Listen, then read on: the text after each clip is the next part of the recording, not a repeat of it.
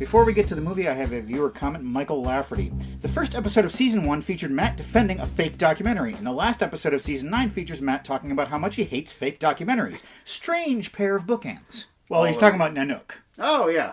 It's an interesting point, but I would not say that Nanook is a fake documentary. I would say that it's a staged documentary. Even though that guy's name is not actually Nanook, he is of that culture, and when you see him catch a seal or Sal the walrus, they're actually doing that. And they're doing it the way that those people did at that time. I wonder if Sal ever did get his revenge. No, I think Sal got eaten. Yes. Well, Sal's friends, did they get their revenge? Oh, well. Nanook of the North, our first episode, 10 years ago. I go back to it constantly and watch it. It holds up! Yes. We really hit the ground running doing this show, and it amazes me how after all this time, the show really hasn't changed very much. There have been a few additions, and that's kind of amazing to me, and it makes me proud of myself. Good. Pride's a sin. But I'm sinning right along with you, man. I've got a bunch of movies that I've never seen before. You don't know what they are. Every episode, I'm going to spring one on you. It might be good, it might be bad. We'll watch it and talk about it. Welcome to the basement. In just a few days, it's going to be my birthday, and you've brought me the gift of a movie, as is our tradition here in the basement. You asked me to fill in some gap on the show. Why no Takashi Shimura? You know him. He was the actor who was in the most Akira Kurosawa movies. But of course, he did movies outside of Kurosawa's purview. He did a couple of movies with a far more iconic Japanese actor. He's tall, scaly, radioactive, and coming for Tokyo, he's Godzilla! The original Godzilla. This has been on my short list for quite a while. Released in 1954, Godzilla, or Gojira, was directed by Ishiro Honda. It received middling reviews in its native Japan, but was the type of enormous success that made most critics go back and say that they were wrong. It led to 31 sequels in Japan and 4 American sequels/reboots, all of lessening quality. In 1997, a newly discovered species of dinosaur was named Gojirasaurus in honor of tonight's star. But unfortunately, as of this date, no animals, extinct or extant, have been named for Takashi Shimura. I don't know. I don't believe in psychic powers. But after I gave you this challenge, the only microgenre I could think of that we hadn't watched was giant monster movies. We did have one giant monster movie, The Valley of Gwanji. Oh, yeah. Harryhausen and Japan are totally different things. Right. I have seen the Americanized version of this movie, which is vastly different than this. They took this version, chopped out around half an hour of it, added Raymond Burr talking to just random Japanese people, not the original cast, and redubbed the entire thing. There's a box right there with a gift in it for you. It's something Japanese and tasty. Oh boy. We've got hot wasabi-coated green peas. I like these. You introduced me to wasabi peas. Udon noodles. From Japanland. Giving you a little culinary challenge there. Pea noodles. I feel like I'm on Chopped. So rise up out of the sea and stomp, stomp, stomp over the big leather couch to watch the classic sci-fi horror movie, Godzilla.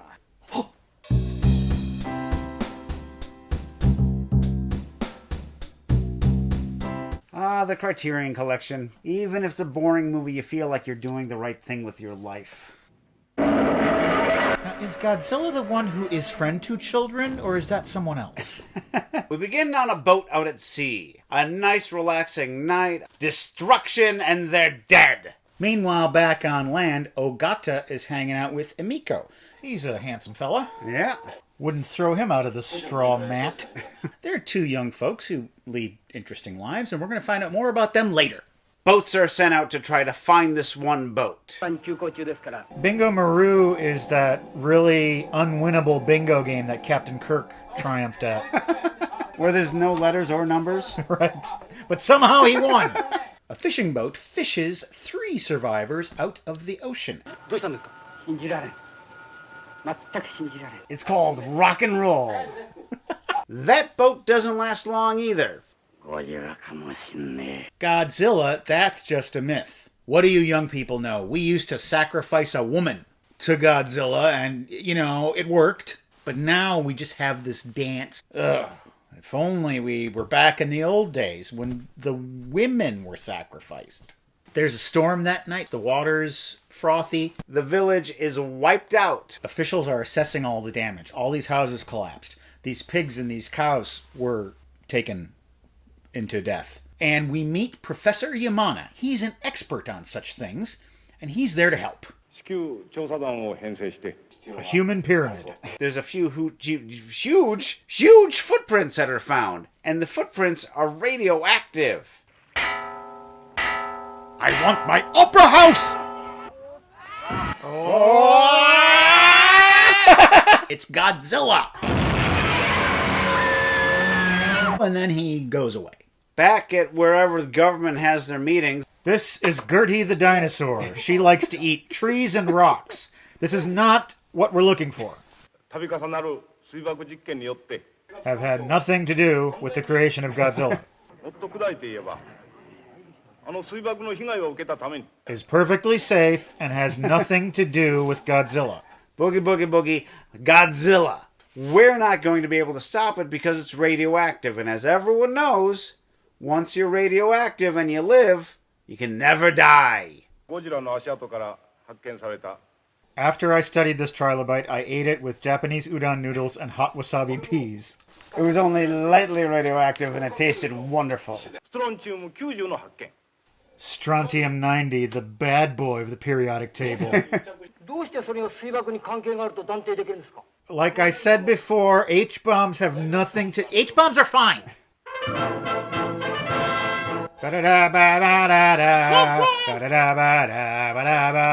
Polly Wally Doodle all the day. He wants to see Godzilla suffer. There's this party boat. Boy, what a calm night. I've never realized how nice the ocean is when it's not chaotic. And then Godzilla shows up. Hey, guys! Who's got a beer for Godzilla? Emiko is in love with Ogata, but she's currently seeing Serizawa, who is a young researcher. I think we've all been somewhere in this love triangle. Yeah, sure. Yeah, I'm gonna break up with him sometime soon. We've been there. She goes to Serizawa. That's Serizawa. Only there was one way we could remember who he easily identify him. Oh, yo, you deny it now. I want to show you my research. I've never shown this to anybody, and it's a total secret. He's got this big tank of fish. He puts this thing into the big tank of fish, and... Now you've lost an eye, too. What does happen? We don't know. Yet. So what did you think? She was going to break up with him that day to go off with Arato. Ogato? Not Arato. Arato's the Greek muse of poetry. It's Ogato. The Japanese muse of Emiko. Someone's coming to town and it ain't Santa Claus. Godzilla shows up in Tokyo. Ah, we finally see the beast in full tumescence. He's walking around and he's none too careful. He's derailing trains. Total wanton destruction. So do atheists just call him Zilla? I have to remember to teach the boys to bow when I come home. Hugs are nice, but bowing? When they should be thrilling Godzilla. I think he needs to be studied. Oh, I'm sorry, Ogata. Are you a professor? No, I don't think you are. Yamana says, get out of my house. Tanks, a lot. You are all screwed. Let's electrocute Godzilla. We'll set up all these electrical wires and he'll get tangled up in them and he'll get shocked. He couldn't possibly withstand that. He withstands that. Well, luckily we have all these huge howitzers, and they're gonna shoot you through your body. Nope.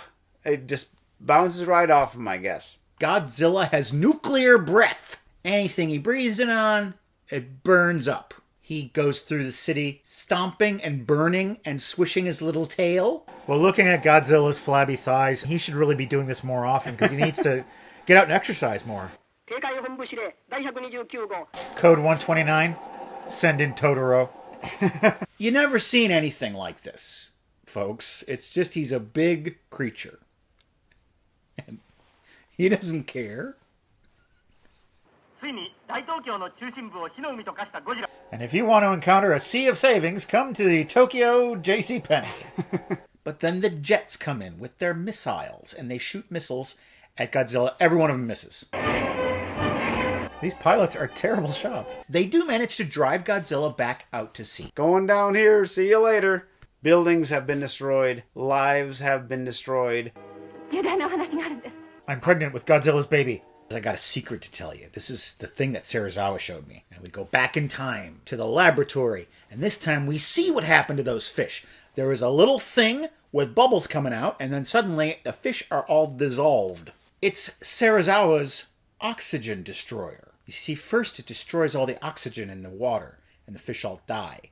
And then it destroys the oxygen in their bodies. And it all dissolves. I'm not sure about the science.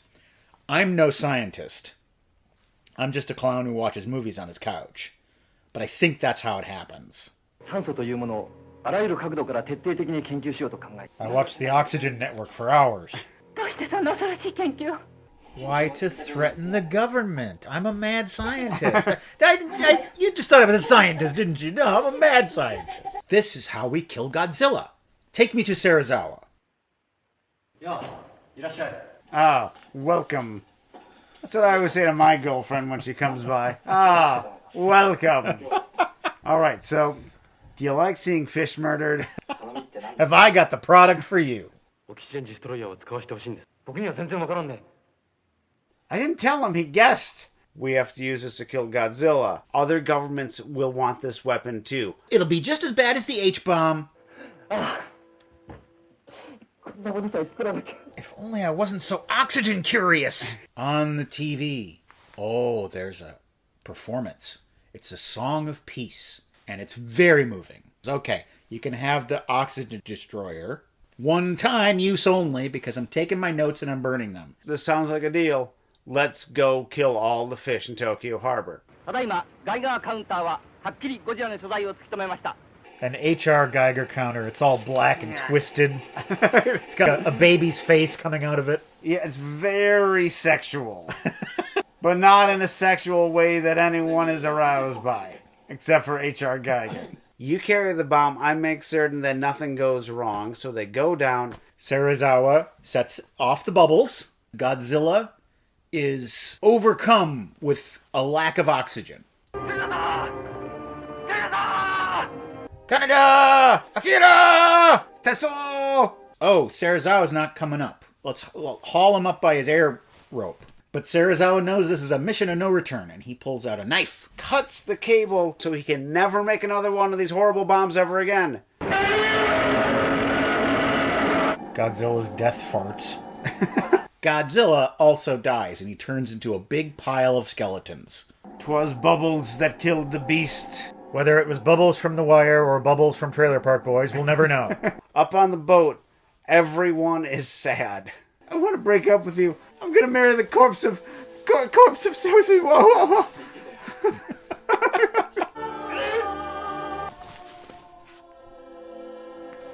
Why did they want us to do that? I don't know.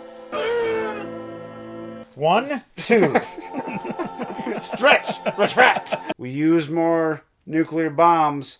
We're going to waken more Godzillas. And then what will we do? America. Russia. You.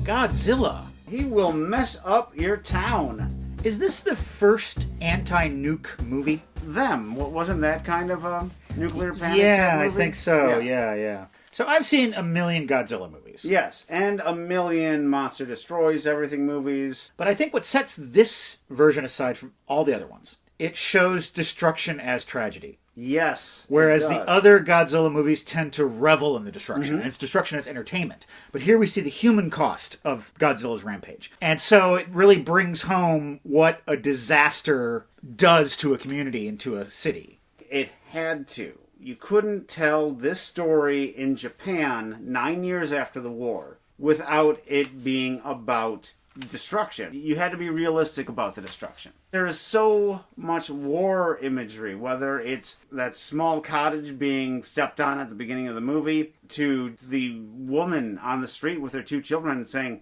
"We're going to be with Daddy soon." It also has somewhat of an ecological message because, to destroy this horror that the atomic age has wrought, we have to kill all the fish. The action climax of the movie happens half an hour before the end of the movie, when he rampages through Tokyo.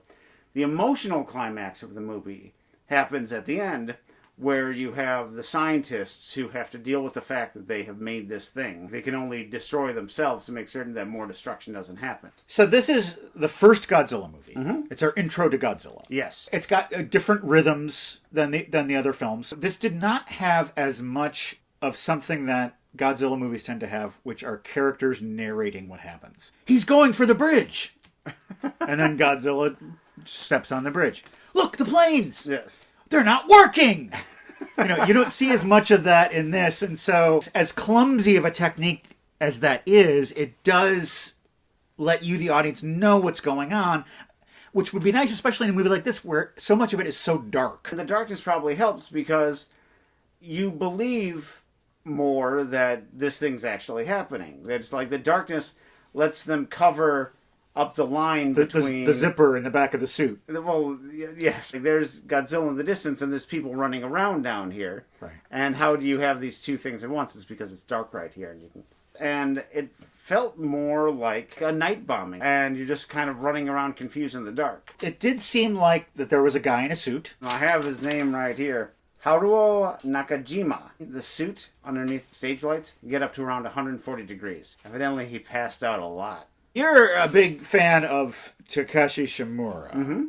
How did you think he did in this movie? How do you think he was utilized? He can bring both a realism to the professor and a dynamism to the professor, because the professor is going to be talking dry, so you need an actor to make it a very realistic and vibrant dry. And if there's any guy that can pull off sad, it's that guy. He's got resting frown face. Yes. I'm trying to remember the Godzilla movies that I specifically remember seeing.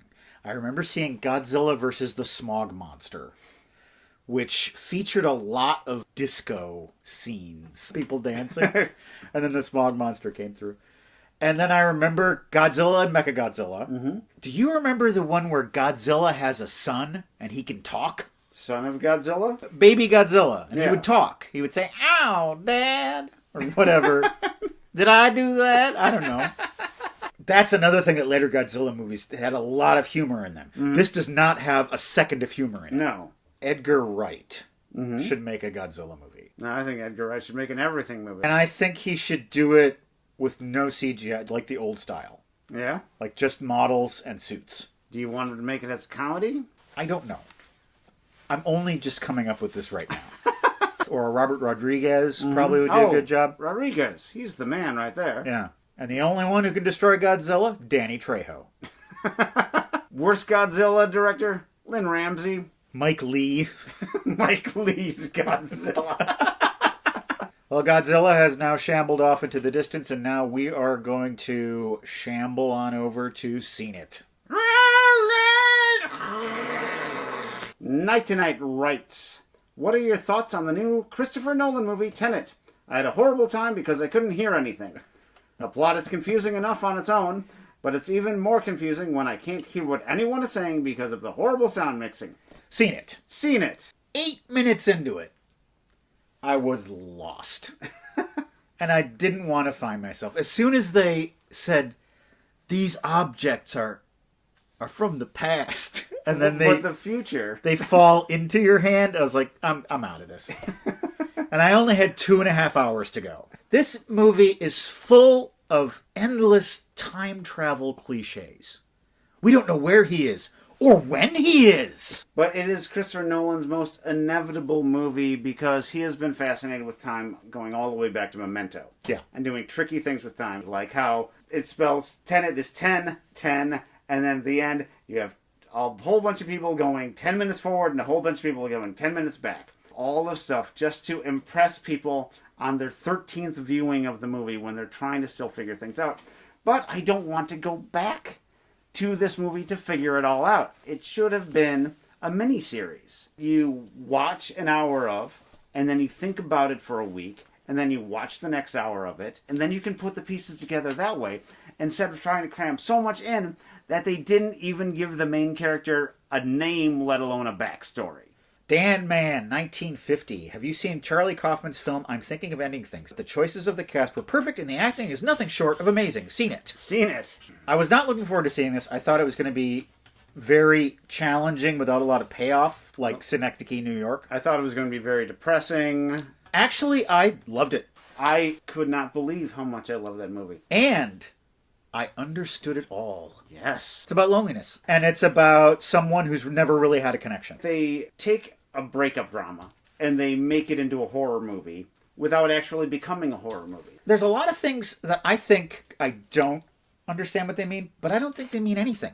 I think they're just there to deepen the mystery and to keep you engaged in the story. The ice cream stand, I don't think it means anything. It's just there as this point of tension. Where the question marks are in a movie, that's where the art is. Christopher Hingeford. I watched The Midnight Sky yesterday, which is my favorite among the 2020 movies I've seen.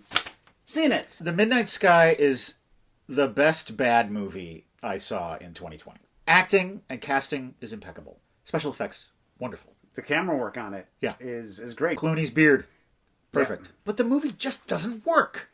First of all, it's two movies. Mm-hmm. You got the movie on the ground and the movie up in the sky. And they got nothing to do with each other. Yeah, they do. They're tied together by those flashbacks, which are very forgettable. And so by the end of the movie, when you get the big reveal, it just really doesn't mean anything. Well, I'm surprised you haven't used a certain phrase that you coined, Matt. Sci-fi. There you go. Even the title, The Midnight Sky. It's based on a book that has a better title than that, and I forget what it is. There it is. Better title. Yeah. But that makes it sound like it's kind of fun. And you know what this movie isn't? It's not kind of fun. Akram Nozzlerak, The Gentleman. Every other movie I saw felt like a movie less good than The Gentleman. Ha-ha! Seen it. Not seen it. This is a Guy Ritchie film. It is in the vein of Snatch and Lock, Stock, and Two Smoking Barrels, which incidentally is one of the worst movie titles I've ever heard. Oh, I like it. I know you do. I know you do. It's very well made. It's very fun. It liberally uses a certain C word. And it's a bit crowded. Mm-hmm. A lot of characters. I am a big fan of Steven Soderbergh, but I never really liked the Ocean's movies. I don't know why. The feeling that these Guy Ritchie movies has, I wish that the Ocean's movies had that same kind of quality, that same looseness and not quite as polishedness. Yes. There's a place you can go that is not a radioactive hellscape, and that's our website, welcometothebasementshow.com. There are all of our episodes there that you can peruse, all of the years that we've been doing this show, and there are PayPal donation buttons that you can click on to help support this show with a one-time or rolling monthly donation. Here are some generous donors. Amber, who says, when I first saw the show, I didn't think I'd like it. Oh, okay. Now I can't stop watching. I've watched each season about 10 times. Thanks for being so funny and amazing. My love to the whole crew. Thank you, Amber. And Christian, now I don't normally say the amount that someone donated, but I'm going to say it in this instance. She donated $3.43. And it says, take the last of my stimulus check as long as you keep making these episodes. Well, if everyone who gets a stimulus check each gives us $3.43... I'm making a De Niro face like I'm a satisfied De Niro. And to watch us open our mail that we get here at the basement, you can watch Unboxing this coming Friday. This coming Friday. The original Godzilla. We watched it on this show. Isn't that something? Now you can watch this. There's Godzilla. Oh, you guys. What do you think you're going to do against me? You got nothing. Maybe if you could destroy all the oxygen in the ocean... But what are the chances of that? Maybe you could kill it. You can't do that.